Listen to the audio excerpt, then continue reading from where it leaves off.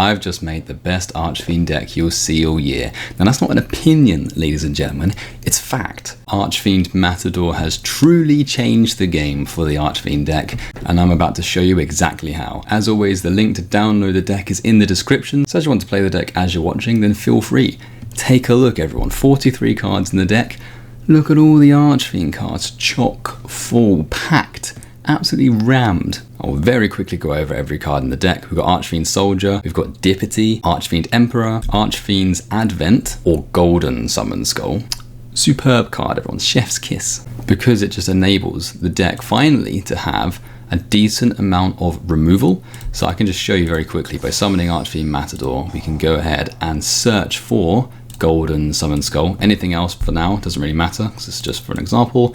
We use Ritual of the Matador's Graveyard effect, banish it, special summon any Archfiend we want from our hand. It's so good, it means that we are not so reliant on our normal summon anymore. Archfiend's Advent, when it's summoned, it can steal an opponent's monster. So we'll just steal this one.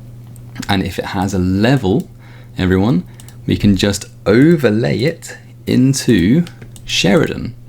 And this card, you can detach a card to target a card your opponent controls and send it to the graveyard.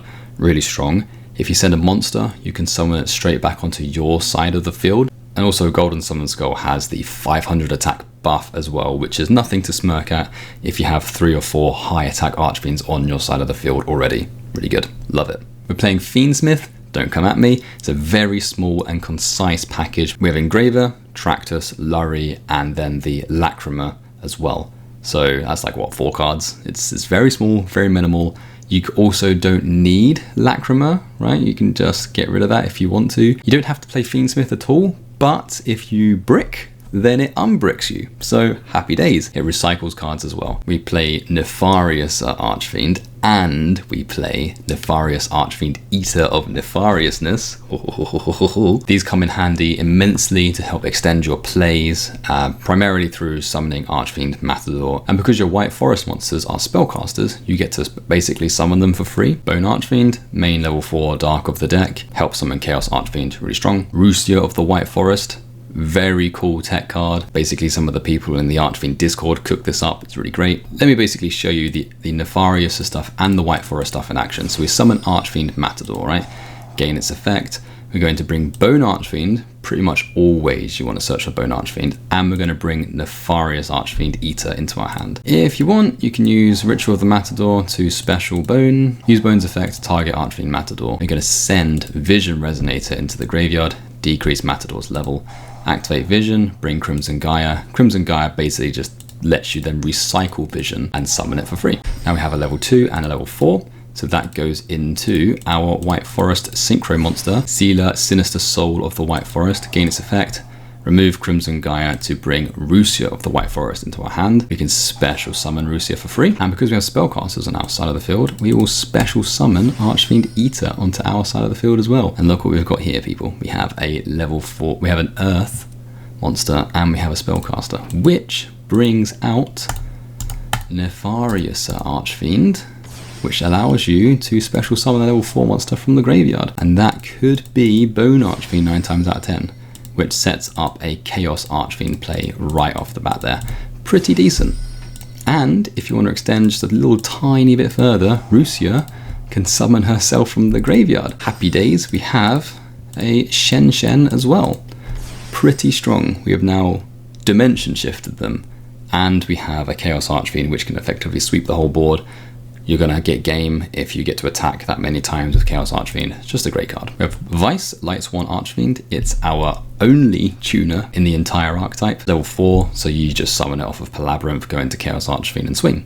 A new card, the Dawn's Light, Boil, something like that. Boyo. When it gets sent to the graveyard, you get to bring Mutiny in the Sky into the hand, which is just a polymerization, but from your graveyard. We only run these because we have this Loose the Dusk's Dark, and you recycle any 3 fiends you like. So it really helps for that grind game.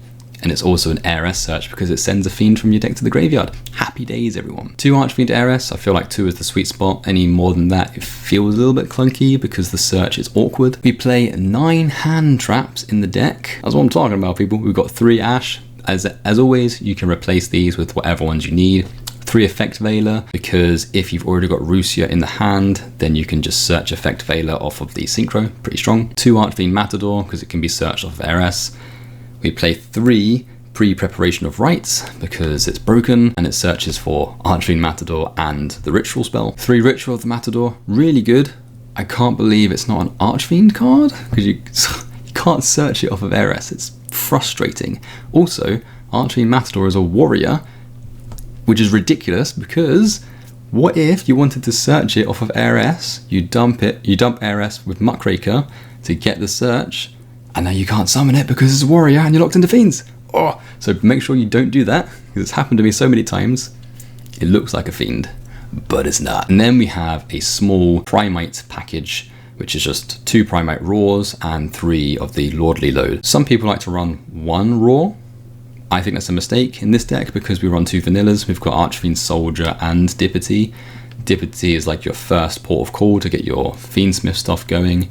Archfiend Soldier is more of an extender if you need a Chaos Archfiend fodder, something like that. 1 Palabyrinth, you can bump this up if you want to. It's just a great card to have. It also buffs Chaos Archfiend because you're banishing now. 3 Imperm, you can swap it for what you want. And then the Simul Archfiend, which is the deck's D-barrier, effectively. Very strong floodgate, which means you don't have to end on very many cards as disruption, because this does a lot by itself, unless you're against Monarchs like I did the other day. But what are you going to do? In the extra deck, we have Loose the Dusk's Dark, which again, it's not the best card in the world, but it recycles your resources.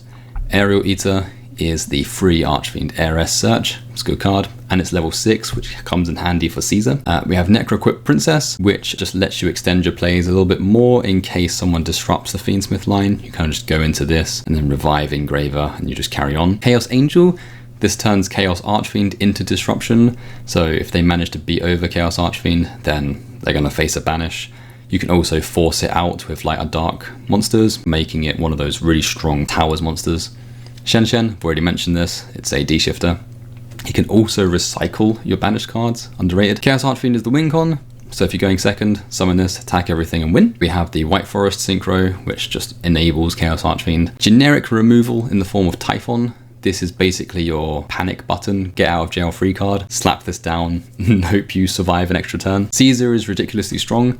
You can also run Lars, which is that Evolzar dragon monster, which is like a generic negate, but sometimes you're fiend locked, so I kind of prefer to run Caesar these days as the end board quick effect negate thing, right? Sheridan, really good spot removal. You steal their monster when you summon it, send their card, revive their card. Really good. More generic removal, so Underworld Goddess, just link off their monster, any problematic card that they have. Sequencia monster, which allows you to just fusion summon. Basically always use this to summon Aerial Eater. Moon of the Closed Heaven is your unbrick me please.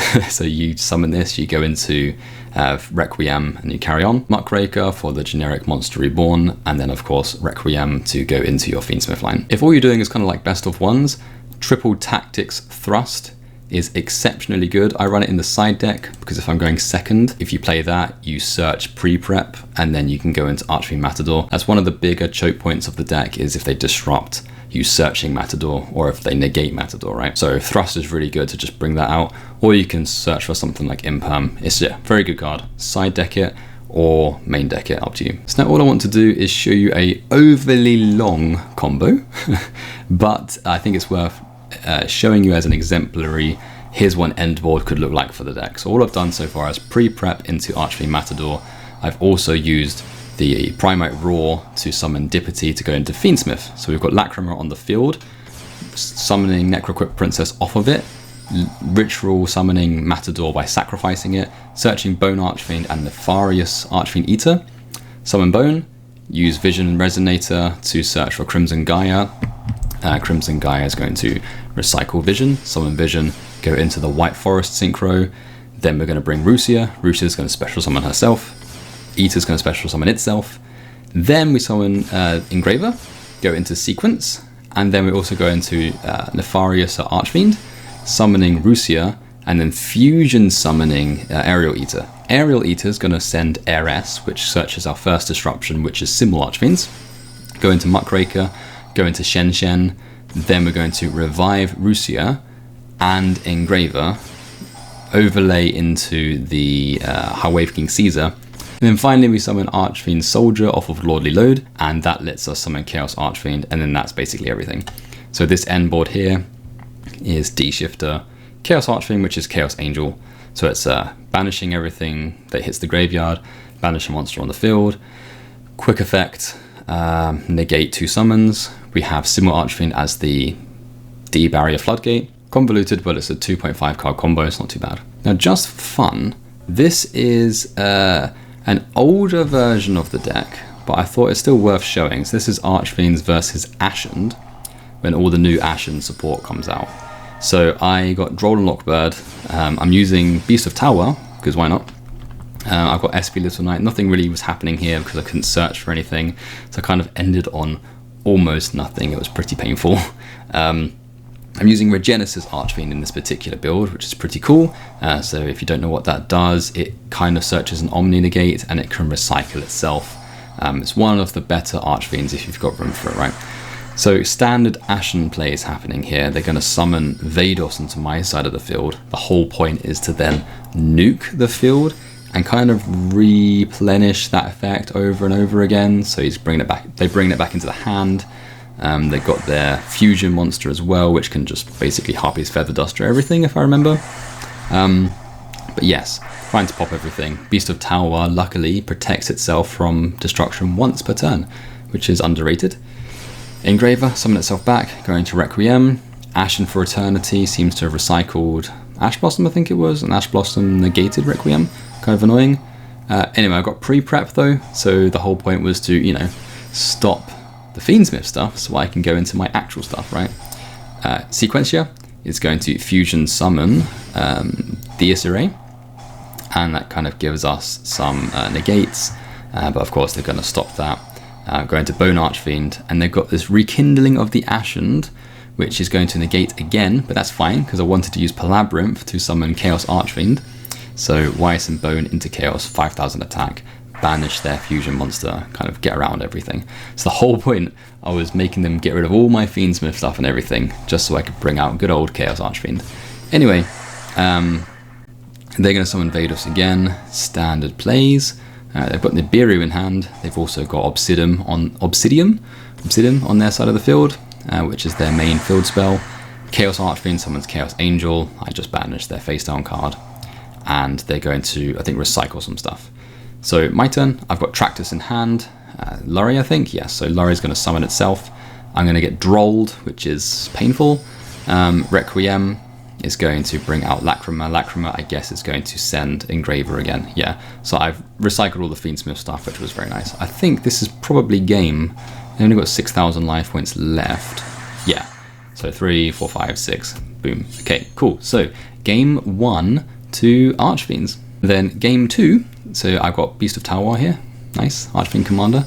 So yeah, you can use this variant as well if you want to. Anyway, summon, bring Crimson Gaia into the hand. Basically just go into Fiendsmith. I don't really have much else I could do at this point in time. Infinite Impermanence on Lacrima, pretty painful. Crimson Gaia is going to bring Soul Resonator into the hand. I force Vice onto my side of the field so I can fusion summon off Sequentia. Send an Heiress. Heiress is going to search for Regenesis Archfiend. Because I had Commander in hand, I could just summon it straight from the hand, and that's given me an Omni Negate. And then there's not really much else I can really do here, other than probably going to Chaos Angel. Yeah, exactly. A light and dark Chaos Angel, Imperm, and an Omni Negate. Not too bad. All right. Gotta be honest, I'm not quite sure what to stop in a Ashened deck, but I tried my best. So they've stolen Chaos Angel, which is yeah, annoying.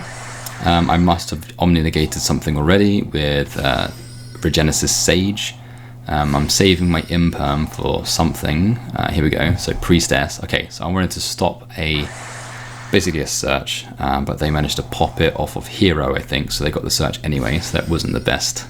I think I had no choice at that particular point anyway. Anyway, I'm just bulking up my defense here. Summon Lacrima in defense mode, so I can't lose this turn. But they did manage to get rid of Chaos Angel, which was painful. Okay, so they've put their field spell on my side of the field, so I think that means they can summon Vados on my turn. Summon Regenesis Archfiend. Exactly. Now they summon Vados. I think the plan is to try and nuke the field or something as a way to get around what I'm going to do. Crimson Gaia, recycle Soul Resonator. Ashen for Eternity is going to bring cards back into their hand. Sheridan, because they had a Vados, that's hilarious. So they reliant on Vados to do anything. And I just overlaid into Sheridan anyway, brilliant. And Soul Resonator is going to search for Bone Archfiend.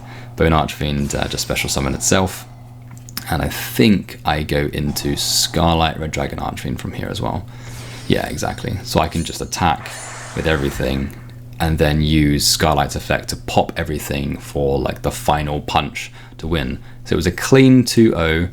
I know Ashen is supposedly not like a very strong deck, but I think relative to Archfiends it is pretty strong if you think of just like tiers, I suppose. So that's it, everyone. Best Archfiend deck of the year. See ya.